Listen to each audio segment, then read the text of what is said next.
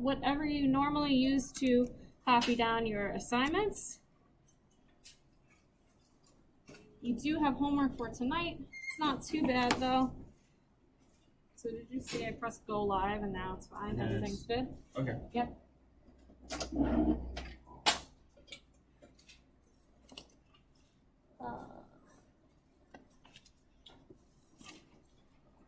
Quizzes.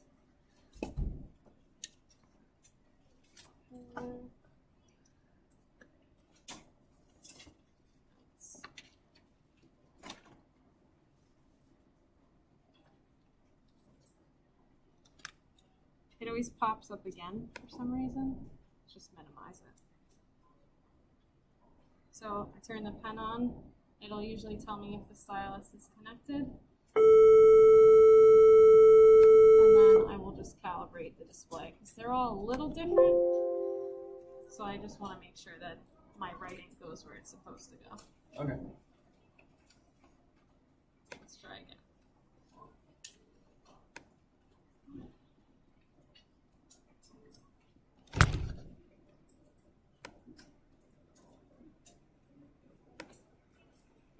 Maybe not.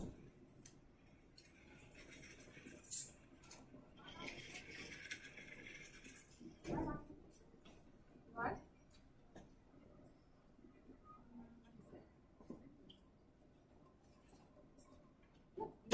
Oh, there we go. Kick me out,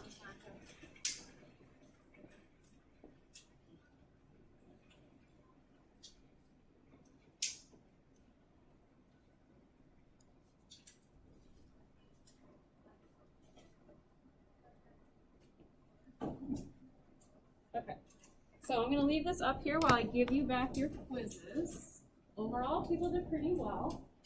We will spend the first half of class just kind of going over the quiz, so when you get yours, just take a look at it and just notice if there's anything. Oh, you want to pass them out? I just want to put them in order.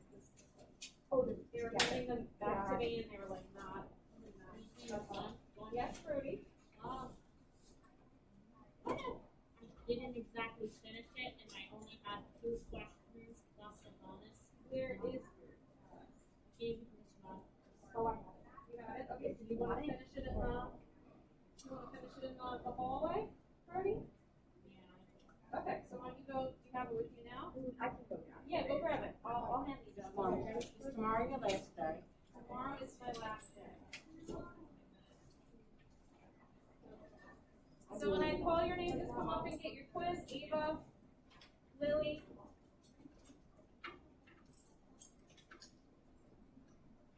Cole. Colston.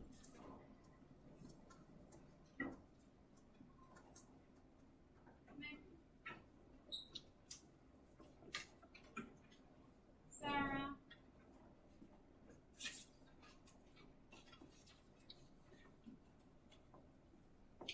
Giancarlo. Samantha.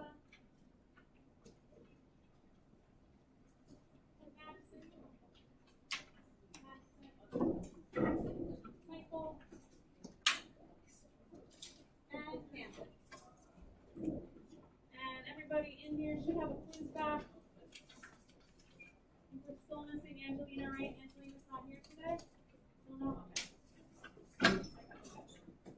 So just take a quick look. Notice what you got.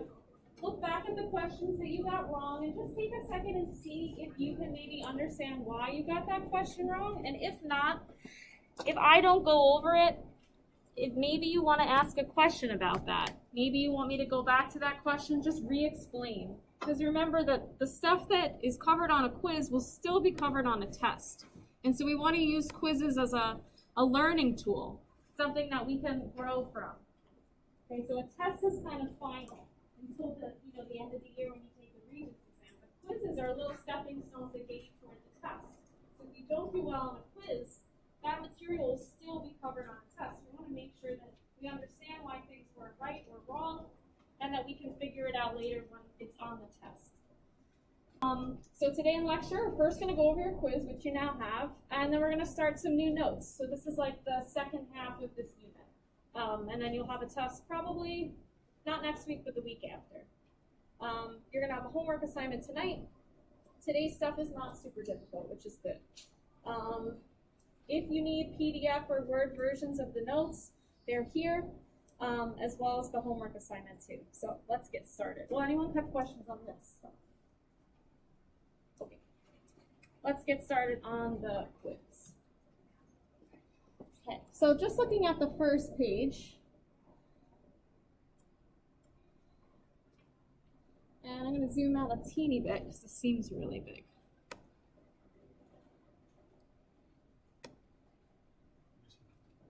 Yeah, go for it.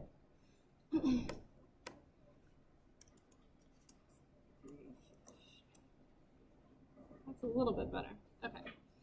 Just as like a heads up, I feel like the crazy weather outside is making all my technology not be very happy, which is fine. We'll get through it, as we always do.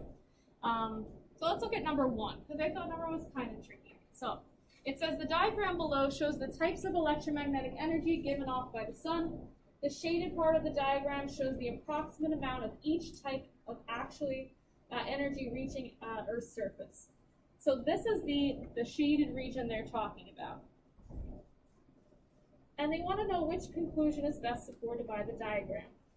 And honestly, you definitely didn't need this per se. If you remembered this one point, the sun gives off mostly what type of energy? This was right from your notes, and if you remember this point, you didn't need anything else. So what kind of energy does the sun mostly give us? Which we as humans use quite a lot. Ava? Visible light. Good, visible light. Now, if you know that ahead of time, and now you look at this diagram, and you see that this shaded curve area here has the highest amounts of visible light, that should make sense. And that would help you figure out that C was the correct answer for this question. Okay? So let's take a look at some of these other questions. 2 and 3 look okay. 4 looks a little, not difficult, but the way it's worded is kind of confusing. So let's look at 4. According to what astronomers have observed to date, the further a galaxy is away from us, the blank, it is moving toward or away from us. Okay, so we have to decide faster or slower and moving away. So if I see a galaxy that's very far away from us, what kind of shift do you think that's going to show? What kind of shift does most stuff in our galaxy show? Redshift. Redshift. So if something is showing a redshift, what does that tell you the object is doing? Moving closer to us or further from us? Madison? Further. Good. Okay, so it's moving away. So just from that, and remembering that most things in our solar system, our universe, our galaxy are moving away from us, we would get rid of C and D because they use the words towards. And we know that it's not towards.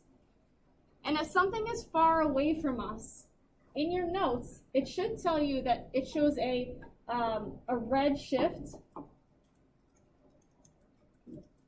which is even pushed further and further to the red side, which means it's moving away faster. So that's why the answer was choice B. Locations that are further away from us in the galaxy are moving away faster. They are really red shifted all the way to the red side. So let's look at 5. Looks okay. Any more questions on this first page, or something you'd like me to go over other than what I just went over? Anything at all? Happy to. Good. Okay, next page. All right, 6 was okay. That was fusion. That was pretty straightforward. 7 was also straightforward. Number 8. This we talked about yesterday and the day before as well. So the life cycle path followed by a star is determined by the star's initial. So something that is happening initially is what's happening first. So does anyone remember from yesterday and the day before, what is the first stage of a star's life cycle? Thanks, Brody. what is the first thing that's coming? You're a high mass star, you start here. Low mass star, you start here. If you don't have this, then none of the other stuff can happen. Nebula. Nebula, good. So the initial or first thing is the nebula. And a nebula is made of what? What's in the nebula? What helps to create stars? Which sounds like, it doesn't sound like it would create a star, but it does, due to the force of gravity pulling this material together. Gas and dust, exactly. So a nebula is made of gas and dust. So this is where that initial thing comes from, that first thing. So the gas and dust decides what kind of star we will get, because it determines the mass and size. However much gas and dust is present when the star forms decides whether you have a gigantic star like Deneb or Betelgeuse, or a really tiny star like Procyon b. Okay? Any questions on 8? Okay. Let's look at 9, because I had a student in my previous period ask me about 9. So let's talk about 9. So 9 says, measurements indicate that a certain star has a very high luminosity, so something that's 100,000 times that of our sun, and yet has a temperature that is cooler than the sun. And so what can you conclude about this observation? So for this, let's go to the reference table. You don't need to take yours out if you don't want to. You can just look at mine up here. Okay, so it says that the object we're talking about is, I think they said 100,000 times more luminous than our sun in the question. Okay, good. So if our sun has a luminosity of 1, that's this line right here. Something that is 100,000 times more luminous than our sun is here, along this line. So maybe already you're kind of seeing what kind of star we're talking about. The other half of this is that they say that this other star is cooler than our sun. So the temperature of our sun, if we kind of follow this down, is a little bit before 6,000. So maybe like 5,700. So I'm just going to draw a line up here. And so the star that we're talking about is a luminosity of 100,000 and then also a cool temperature. So that's these kinds of stars that I'm circling right here, which are considered supergiants. They're very large stars. And if you go back to the quiz, something that is kind of talking about a supergiant is B, quite large. That's what they're describing, okay, a supergiant star. Okay, the other options were kind of confusing, which is what I think made this question difficult. Okay, but it is a large star. Okay, let's look at 10 is okay. 15's okay. Let's look at 17. So 17 says, eventually our sun will do what? Okay, so you have options here. You have a supernova, black hole, white dwarf, and neutron star. What kind of star supernovas? What kind of star? A low mass star or a high mass star? High mass. Good. Supernova is a large star. Black hole, is that a low mass star or a high mass star? Giancarlo? High mass. Good. So another large star. White dwarf, low mass star or high mass? Lily? Low mass.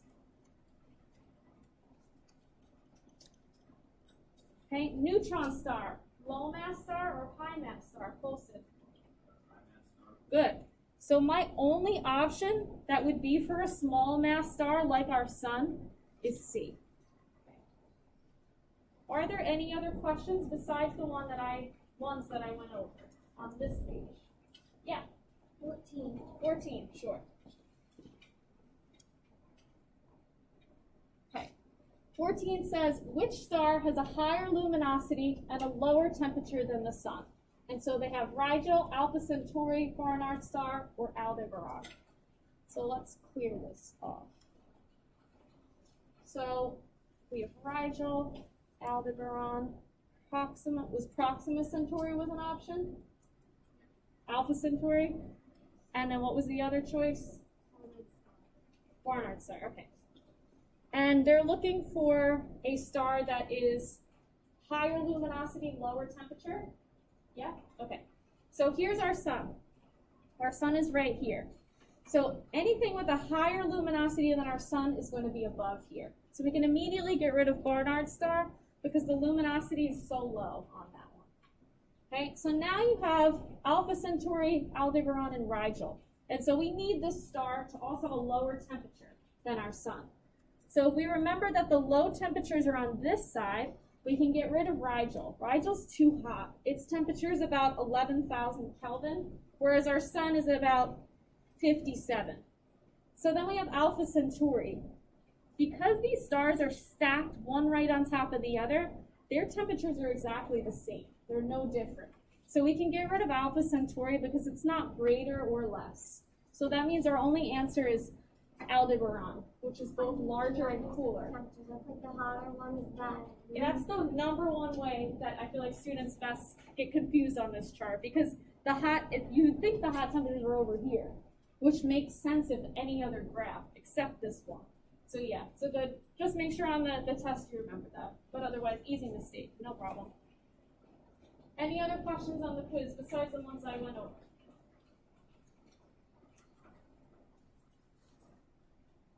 Yeah. Where's the bonus? Oh yeah, the bonus.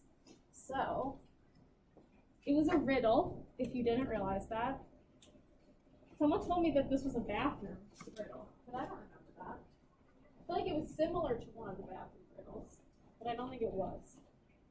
Oh, so the guy by the bathroom does riddles for the students? Okay. That's what I mean by bathroom riddle. Oh, okay. It's not a weird thing. I feel like I should explain that. It's okay. So the bonus, I am the beginning of the end, and the end of time and space. I am essential to creation, and I surround every place. The letter E. I know, so many people put like universe, the black hole. People are getting like really deep with this. Did It's the anyone get letter it right? E. Yeah, some people got it right. My brain's not. I feel like when my teachers did these in school, I'd get so mad because I'd be like, how was I supposed to come up with that? Now I feel like I understand them a little bit better, but they're difficult. So you can put the quiz away, and we'll get started on some new stuff. I'll ruin my bonus streak. I've gotten every bonus right except this one. No, what? The end of the word speak.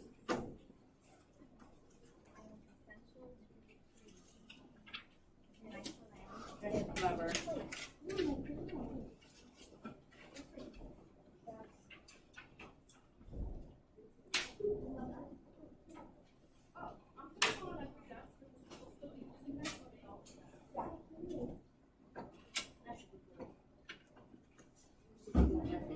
Oh, it's a big note packet.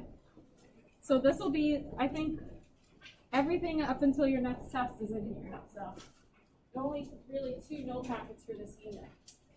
Hey, it's not as big as the little packets we used to get in the book.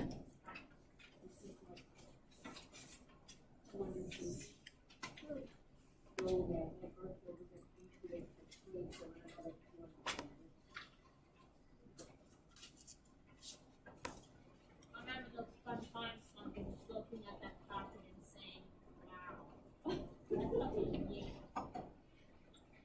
Okay, so let's talk about some new astronomy stuff. So today we're going to be talking about models of the solar system, and then we're going to talk a little bit about Newton's first law. Well, not first law, Newton's universal law of gravitation, which sounds intimidating, but it's not, so don't worry. All right, so first one, we have 2 views of the planetary motion, or the solar system. Before we understood the sun to be at the center of our solar system, we actually believed that the Earth was at the center. And we called this geocentric. The prefix geo literally means Earth, and centric means centered. So you can remember geocentric literally means Earth-centered. And if you've ever heard the word geology, that's the study of Earth's rocks. And so we use this prefix often as we refer to the Earth. And in this model, the Earth is located at the center of the solar system and doesn't move. It doesn't rotate and it doesn't revolve. And if you look in the picture, everything else goes around it. See, we're so important that we even have a star going around us. Think about how much more massive the sun is than us, but yet the sun is going around us in this picture. And if you think about it, they were trying to come up with ideas to describe why we have night and day, why the stars appear to kind of change around us. They just thought everything must go around us. The idea that we were spinning and wouldn't feel it was kind of weird to think about. Think about that. You're both spinning on the surface of the earth right now, and then also the earth is going around the sun. So you're doing two movements while not moving yourself. It's weird, and it was weird for them to accept. So they came up with the idea that, well, we're not moving because we'd feel it, so everything must be going around us. So this is how they came up with the geocentric model. They also said that each planet was located on what's called an epicycle and also rotated at a fixed rate. So these little orbits of the planets around the Earth moved in this kind of squiggly motion, which I'll draw. It kind of reminds me of a spring. So it kind of looks like this. So if you could picture each one of these circles as having this like curlicue motion. This is what they thought the planets did as they went around us. So instead of just going in one straight line, they thought it was moving in these little curlicues. And they thought this because they were trying to explain a strange phenomenon, which still happens today, but now we know why it's happening. And this motion is called retrograde motion. If something is moving in retrograde, it means it's moving backwards. So underneath of the word retrograde, I'm just going to write backwards. And if you've not heard this word before, maybe you do that too.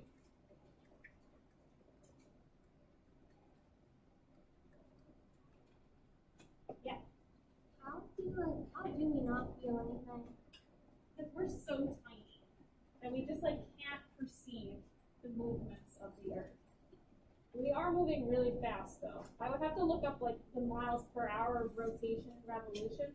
But yeah, we're just so small on the surface of the earth that we don't even perceive it. Maybe if we were millions of feet tall and our heads would stick out further from the earth, we would maybe start to feel the movement. But we're just so on the surface and so small that we don't perceive it. Yeah, it's kind of weird to think about that.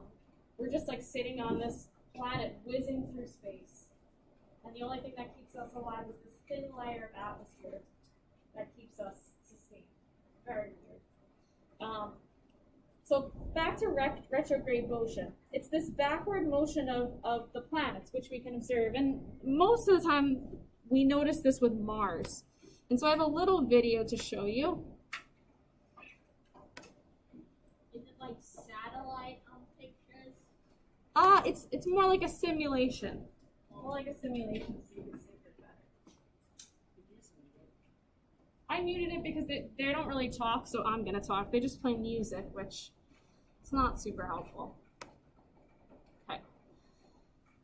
So retrograde motion. Most of the time, the planets move gradually through the stars from the west to the east, just like the sun and moon do across the sky. The sun appears to rise and then set. Sometimes the planet's path amongst the stars appears to stop and then go backwards from east to west. And we call this motion retrograde or backwards motion.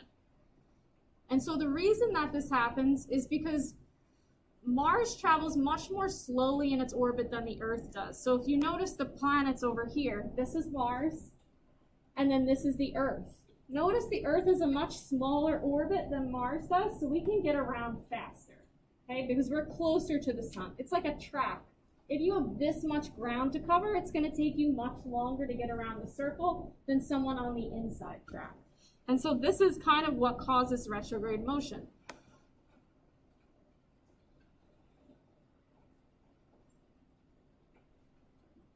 And so we experience this once every 2 years. When we're very close to Mars, Mars appears really big and bright in the sky. And so if we were calculating and observing Mars, we may notice it in one location in the sky on one night, and then it changes location another night, you know, just kind of going along its normal path. And then as soon as we have kind of passed Mars, okay, so we were coming up on Mars, we're kind of like catching up with it, I guess you could say. But as soon as we pass it, because we're on the inside track, our perspective of Mars changes from here to here. So I'll back this up a second so you can see that again, because it is kind of weird to think about. Okay, so watch what happens to our perspective of Mars as we come around the inside track and kind of get up next to it. Okay, so Mars looks like it's going through the sky, normal. And then once we get right next to it, it would appear really big and bright to us. And now it looks like it's moving backwards. So that's really weird for us. Okay, so this is what's happening if we could like view the solar system. But then they'll show us in a second a view of what this would look like for us from Earth. Yeah, Brody. I'm sorry, but we actually saw something red one night, and I've never seen it before. So you think that was it? Probably, yeah. Very Either small though, not big, and right next to the moon. yeah, it was probably Mars. And also Antares, the star, is very big and like reddish orange color, and that could be it as well. And so I'm just going to back this up again so you can see this one more time. So we watch Mars come down, it suddenly slows down and then switches directions. And so when people came up with the geocentric model, this is what they were trying to explain, because this looks crazy.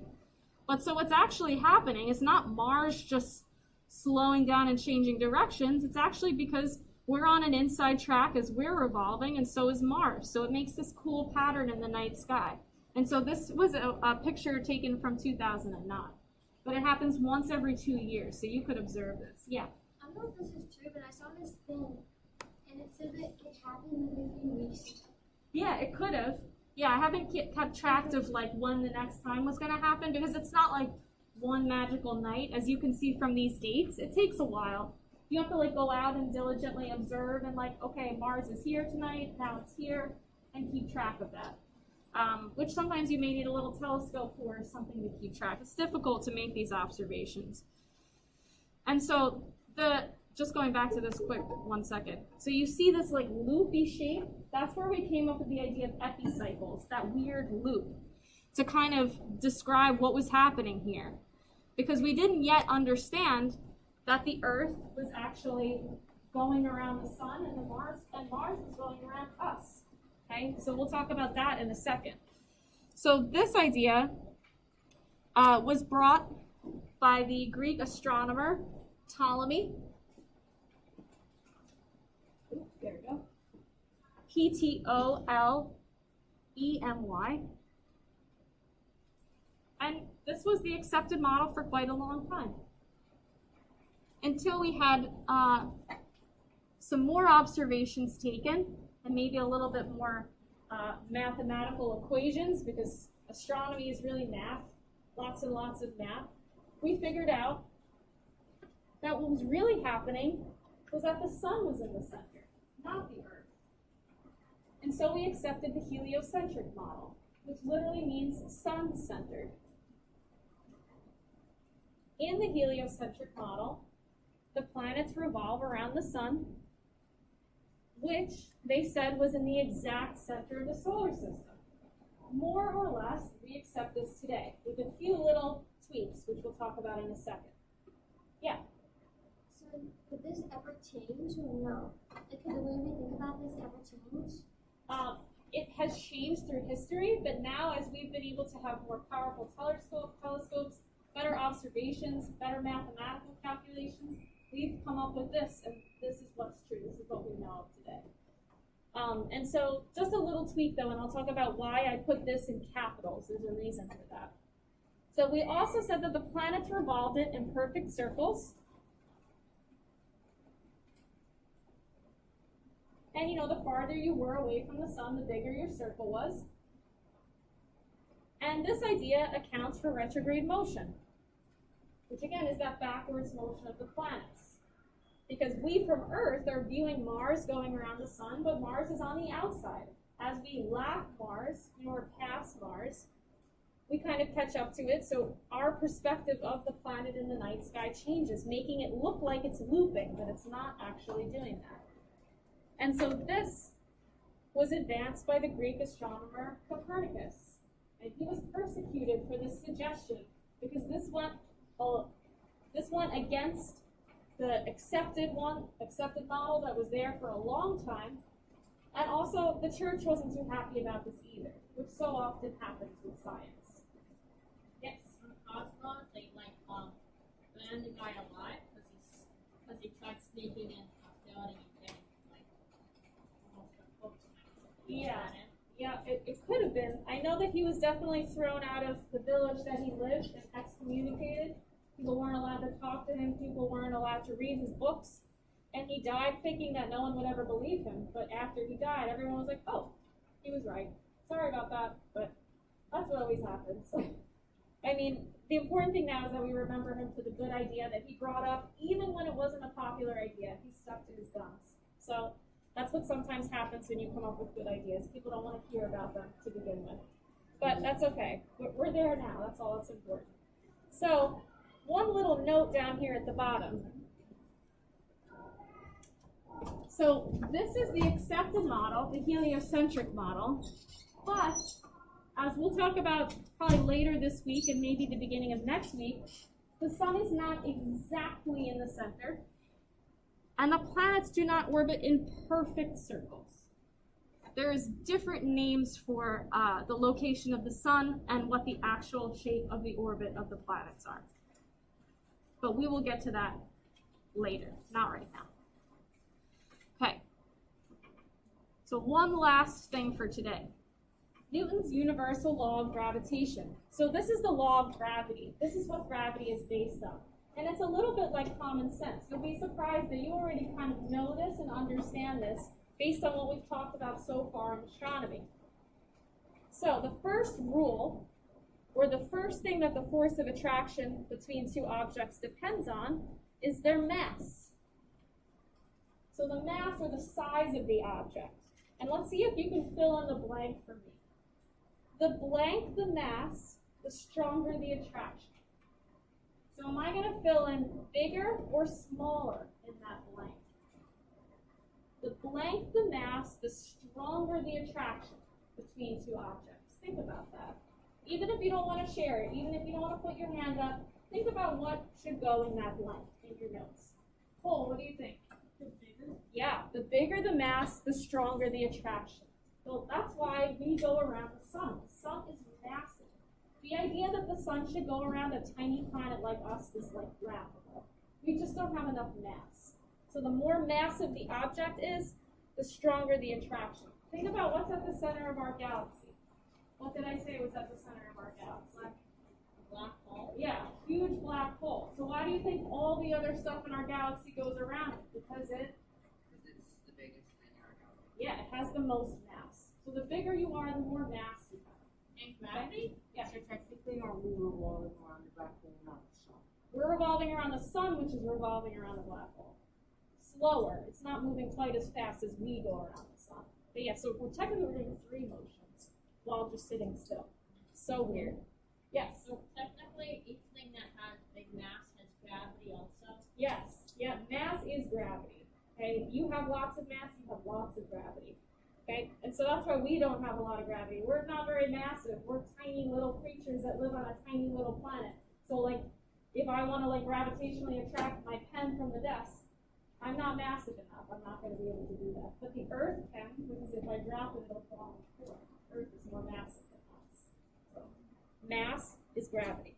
Second thing is how close you are to that object, or their proximity. And let's see if you can fill in this next blank also. The blank they are, the stronger the attraction. So the closer or farther, what do you think goes in that blank? What goes in that blank? The closer or farther they are, the stronger the attraction. Think about that. The closer an object is or the farther an object is, the stronger the attraction between the two. The closer. Okay, the closer they are, the stronger the attraction between them. And so we're going to use these two ideas and practice them on the next page. Okay? So we have two examples to try. So the first example is based on distance. So these are, let's say, stars or planets, whatever you want to think of, but we'll say they have large mass. They all have the same mass. So for this example, mass is the same. Okay, and so you're going to show me your answers in a second with your fingers. Looking at these two examples, this is example 1, this is example 2, would you agree that these have a closer distance than example 2? Okay, so let's just label that first. Okay, so these are close together.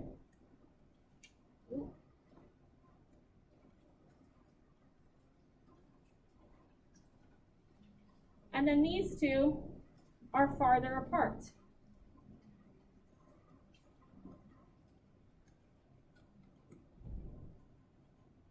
Now I'm going to ask you a question, and you're going to tell me whether you think it's example 1 or example 2. Okay? So think about it before you show me. So my question is, which one, example 1 or example 2, has a greater gravitational attraction based on the rule on the previous page? If you need to flip back and look at it, look at it. So which one, 1, this example, or 2, has the greatest gravitational attraction between those two? Okay, so you have to have an answer. You're going to tell me 1 or 2 in a second. Okay, ready? 3, 2, 1. 1 is correct. Good. Can someone tell me why 1 is correct? Why would 1 have a greater gravitational attraction than 2? Camden. Because they're closer together, so the closer something is, the more attraction. Good, exactly. So let's just write that next to it. So we could say greater gravitational attraction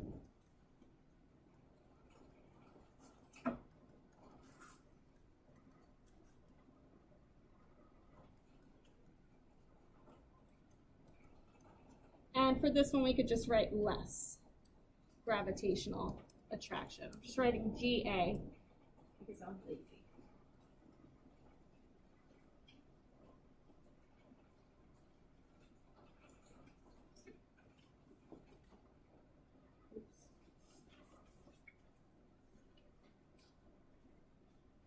That's been happening a lot lately. Yeah. Yes, go ahead. And so we're going to fill in a relationship at the bottom as soon as my board stops being so sassy, which applies to these two. And so the relationship will start like this, and I'll reveal it in a second. The closer the objects, the blank, the gravitational attraction. What goes in that blank? The closer the objects, the blank, the gravitational attraction. Would I be greater or less? The closer the objects, the blank, the gravitational attraction between the two. So what do you think should go in that blank? Giancarlo? Greater. Greater. Good, exactly. So let's fill that in for our relationship. Closer the objects, the greater the gravitational attraction.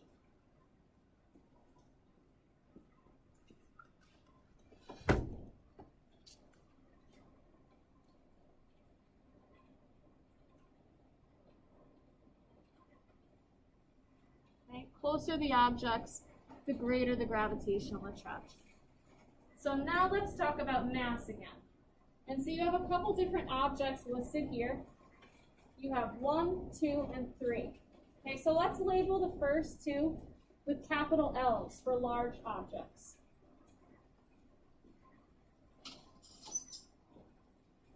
L for large objects. For number 2, okay, so these are large, large, this will be large, and then this one will be a medium. And on the bottom, we have a large and a small.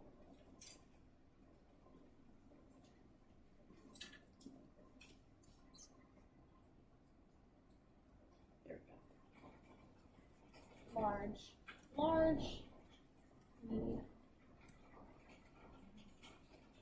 small. Okay, so now I'm going to ask you the same question I asked you before. But now we have to think about a different rule. So if you need to flip to the previous page, you can. But look at these three objects. Which ones would have the greatest gravitational attraction between the two? Remembering, gravitational attraction is the force between these two objects. It's like an invisible rope that they're holding onto each other with. So you have two large objects, two massive objects, one massive, one less massive, and then one massive and a tiny little mass. So again, using your fingers, 1, 2, or 3, tell me which example has the greatest gravitational attraction. Okay, 3, 2, 1. Okay. 1 is correct, okay, which I see most of. Good. Okay, so who can tell me why does 1 have the greatest gravitational attraction between those two objects? What is true about that? Sarah?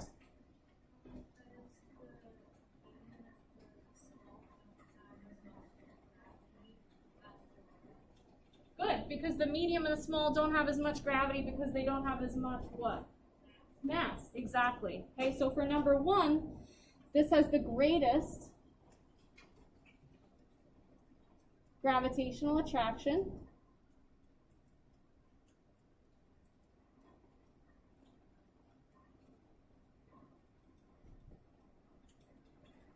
Because they're both massive.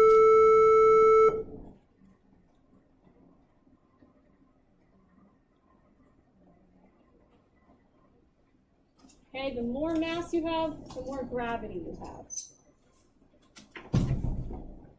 So 1 has the greatest. And now I'm going to ask you another question in a second. Maybe you already know what I'm going to ask. But which one would have the least gravitational attraction based on what we just said for number 1? Okay, so think about that. Are you going to tell me 2 or 3? So which one has the least gravitational attraction? Okay, show me in 3, 2, 1. 3 is correct. Good, very nice. Okay, so 3 has the least gravitational attraction. Again, I'm going to write GA because it has the least mass.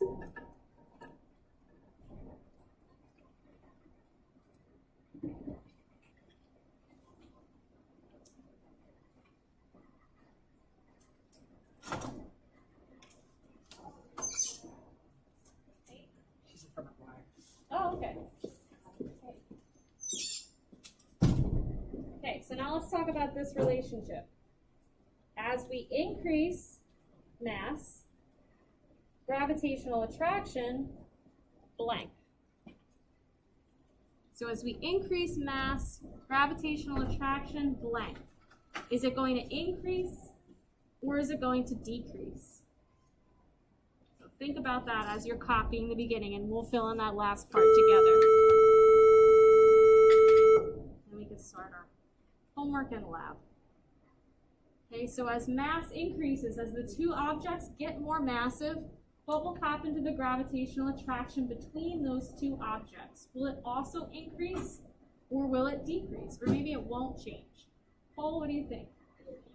It'll increase too, exactly. And can someone tell me what kind of relationship would that be where you have mass increasing and gravitational attraction increasing as well? Giancarlo? Direct. Direct. Very nice. Good. So if you want to label that as direct, you can. I would, but my thing will freeze, so not. Any questions on what we did today or anything that's confusing? Okay, so I'm going to give you a homework for tonight. We're going to continue this period with your lab. So as I'm handing these out, you can take out your characteristics of stars lab and continue working on that, and I'll give you the goals in a minute.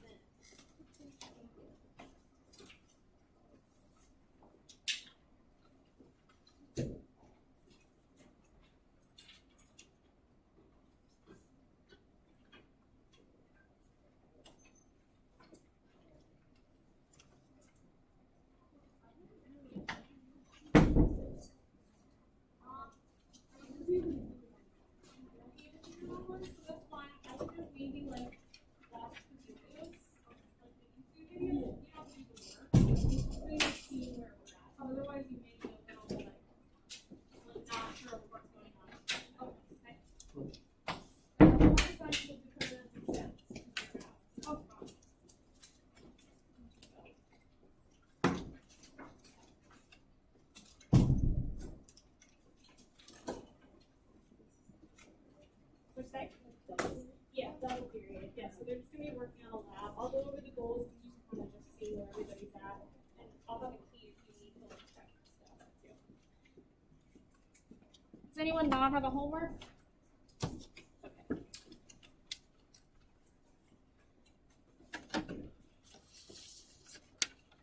Wait, so you want us to work on almost we talk about the weekend too?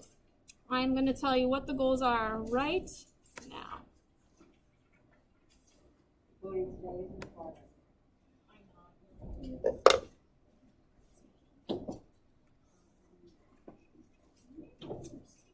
Yeah, it's not usually this bad. I think it's because it's raining. Which sounds so silly, but I think that if that's relevant. Maybe it's just an old wives' tale, but I feel like it's a coincidence. Okay, so I'm just gonna put the goals on the board. This should be lab 8, so make sure you have it noted that this is lab 8. And the due date is Monday. So make sure your due dates are on your lab board. You have your lab out.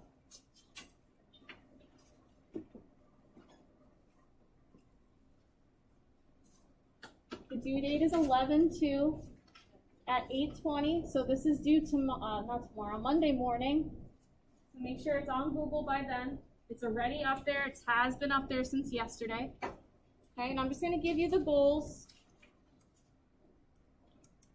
Okay, the first goal is to finish plotting.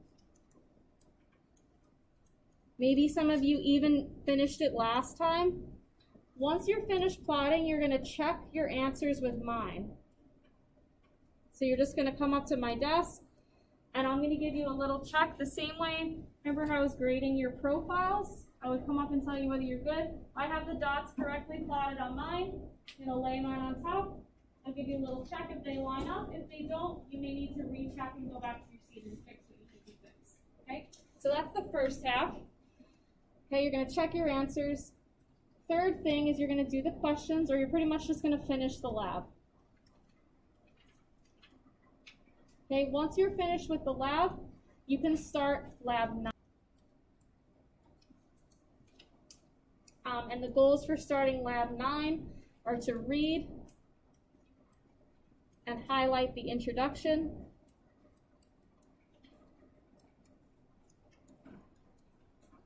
and to start page 2. Okay, if you don't get to that by the end of the period, just make sure you at least get the lab so you can work on that at home. And I will have the new lab sitting on my desk for anyone who is finished. They can just come up and grab it. And if you need help, we are around. If you don't finish today, you have to read 8 and 9. Not the whole thing of 9. You're just reading the beginning part, highlighting, and then there's like some matching to do on page 2. So it's not a lot for the next lab. Okay, and on my desk it'll say new lab with a little arrow, so you'll know what is coming next. But feel free to come up and get your answers checked whenever you have them finished.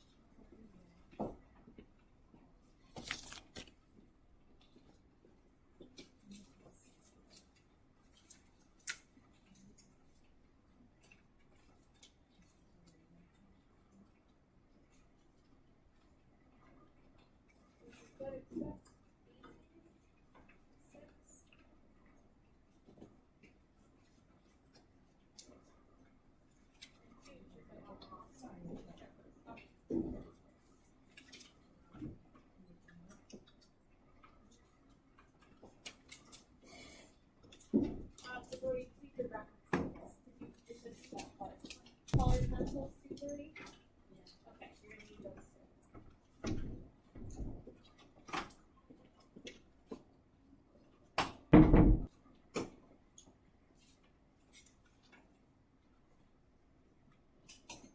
So what was this?